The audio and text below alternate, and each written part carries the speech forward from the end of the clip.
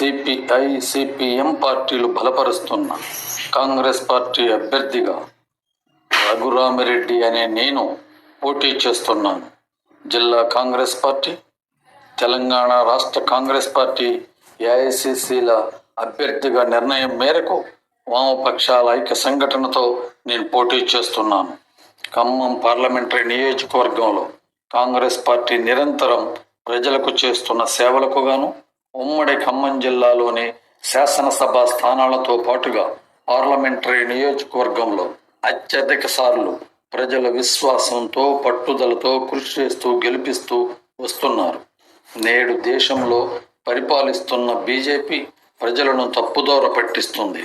వ్యవసాయక పారిశ్రామిక అభివృద్ధి చేసి విద్య, వైద్య, ఆరోగ్య సేవలకు ప్రజలకు కాంగ్రెస్ పార్టీ అందిస్తే కనీసం బీజేపీ ఒక్క పరిశ్రమ పెట్టకపోగా, ఒక్క ప్రాజెక్టు నిర్మించకపోగా ప్రజలను వదిలేసి రామ జన్మభూమితో కాలం వెళ్ళబుచ్చుతుంది. అంబానీ, ఆదానీల ఆస్తులను లక్షల కోట్ల రూపాయలకు పెంచుతుంది. పేద మధ్యతరగతి ప్రజలను నడ్డు విరుస్తుంది.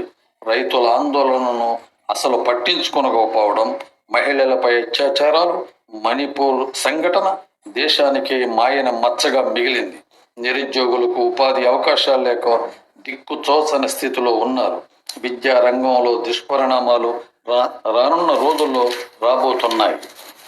మన ఖమ్మం పార్లమెంటరీ నియోజకవర్గంలో నాగార్జున సాగర్ నీటి ద్వారా సస్యశ్యామలం చేసి అనేక చెరువులు, మధ్యతరగతి భారీ ప్రాజెక్టులు నిర్మించి ప్రజల యొక్క ఆకలి దప్పికలు తీర్చింది కాంగ్రెస్ పార్టీ. జిల్లాలోని ప్రభుత్వ పాఠశాలలో జూనియర్ డిగ్రీ కళాశాలలు ఏర్పాటు చేసి విద్యారంగాన్ని బలోపేతం చేసింది కాంగ్రెస్ పార్టీ. అనేక ప్రభుత్వ ఆసుపత్రుల్లో అనేక ప్రాంతాలలో నిర్మించి ఆరోగ్య సేవలు నిరంతరం అందిస్తుంది. విద్యుత్ వెలుగులు విరజిమ్మే Palvancha KTPS, Bhadrachalam paper board, heavy water plant నిర్మాణం మన జిల్లా పారిశ్రామిక అభివృద్ధికి తార్కాణం. జిల్లాకు చెందిన మొట్టమొదటి మంత్రి శీలం సిద్ధారెడ్డి గారు, మాజీ ముఖ్యమంత్రి, కేంద్ర మంత్రిగా పనిచేసిన, జిల్లాని రాష్ట్ర పటంలో గొప్పగా తీర్చిదిద్ది నిలబెట్టిన దివంగత శ్రీ జలగం వెంగళరావు గారు, కేంద్ర మంత్రులుగా పనిచేసిన PV రంగయ్య నాయుడు గారు, శ్రీమతి గారుపాటి రేణుకా చౌదరి గారు అభివృద్ధిని నిరంతరం కొనసాగించారు. రాష్ట్రంలో మంత్రులుగా పనిచేసిన రామిరెడ్డి వెంకటరెడ్డి గారు ఇంకా అనేక మందితో పాటు నేడు ఉప ముఖ్యమంత్రిగా పనిచేస్తున్న శ్రీ మల్లు భట్టి విక్రమార్క గారు, వ్యవసాయ శాఖ మంత్రి తుమ్మల నాగేశ్వరరావు గారు, రెవెన్యూ శాఖ మంత్రి శ్రీ పొంగులేటి శ్రీనివాసరెడ్డి గారి ఆధ్వర్యంలో నేడు నిరంతరంగా అభివృద్ధి కొనసాగిస్తున్నారు. ప్రతి పల్లె, గ్రామం మొదలు ఖమ్మం నగరం వరకు అంగన్వాడీ కేంద్రాలు, ప్రాథమిక పాఠశాలలు, ప్రాథమిక ఉన్నత పాఠశాలలు, జూనియర్ డిగ్రీ కళాశాలలు, ITI, పాలిటెక్నిక్, అనేక ఇతరతర అగ్రికల్చరల్ కోర్సులు, కాలేజీలను ఏర్పాటు చేసిన విషయం జిల్లా ప్రజలందరికీ సుపరిచితమే. అదేవిధంగా కాంగ్రెస్ పార్టీని బలపరుస్తున్న CPI నేతలు శ్రీ నల్లమల గిరిప్రసాదరావు, మహమ్మద్ రజబెల్లి, శ్రీ ట్రేడ్ యూనియన్ కొమరయ్య గారు, CPM నేతలు మంచిగంటి రామకృష్ణరావు గారు, చెర్రావు లక్ష్మణశయ్య గారు, బోడిపూడి వెంకటేశ్వరరావు గారు తమ శక్తి మేరకు ప్రజా పోరాటాలు నిర్వహించడం, ప్రజా ప్రతినిధులుగా ఎన్నికై గొప్ప పరిపాలన అందించడం జరిగింది. అందుకే దేశవ్యాప్తంగా నేడు జరుగుతున్న పార్లమెంట్ ఎన్నికలలో కాంగ్రెస్, కమ్యూనిస్టులు మరియు కొంతమంది ప్రజాస్వామికవాదులు, లౌకికవాదులు కలిసి పరస్పర సహకారాలతో ఇండియా కూటమిగా పోటీ చేస్తున్నాయి.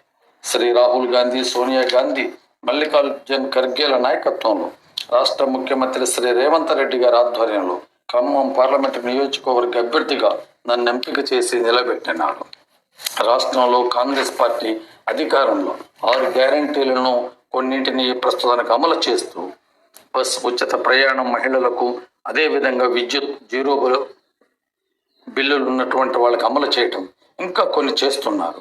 అదేవిధంగా ఆగస్టు 15 నాటికి రాష్ట్రంలో ఉన్న రైతులందరికీ రుణమాఫీ చేస్తామని సాక్షాత్తు ముఖ్యమంత్రి, మంత్రివర్యులు తెలియజేస్తున్నారు. నిరుద్యోగ యువకులకు ఉపాధ్యాయ, సింగరేణి, గ్రూప్ 1, 2, 3లు ఇంకా అనేక ప్రభుత్వ శాఖలలో ఉన్నటువంటి ఖాళీలను త్వరలోనే భర్తీ చేయనున్నారు. నేడు ఖమ్మం జిల్లా అభివృద్ధికి కృషి చేస్తానని జిల్లా ఓటర్ మహాశయులకు విజ్ఞప్తి చేస్తున్నాను. బీజేపీ, BRS పార్టీలను ఓడించి కాంగ్రెస్ పార్టీని గెలిపించాలని మనవి చేస్తున్నాను. మీరందరూ పట్టుదలతో, దీక్షతో కృషి చేసి ఎమ్మెల్యేలు డాక్టర్ మట్టా రాఘమయ్య గారు, రామదాస్ నాయక్ గారు, జార ఆదినారాయణ గారు, కోరనేని సాంబశివరావు గారు, అదేవిధంగా మార్క్సిస్ట్ పార్టీ నాయకులు తమ్మినేని వీరభద్రం గారు, ఇతర కార్పొరేషన్ చైర్మన్లు, వామపక్ష నాయకులు అందరూ కలిసి ఓటర్ మహాశైలను ఓట్లు అడిగి అభ్యర్థించి కాంగ్రెస్ పార్టీకి విజయం చేకూర్చేందుకు కృషి చేయాలని మనవి చేస్తున్నాను. హస్తం గుర్తుకే మన ఓటు. సాధిస్తాం అమరవీరుల ఆశయాలను సాధిస్తాం. దేశాన్ని అన్ని రంగాలలో అభివృద్ధి చెందాలంటే కాంగ్రెస్ పార్టీకే ఓటు వేయాలి.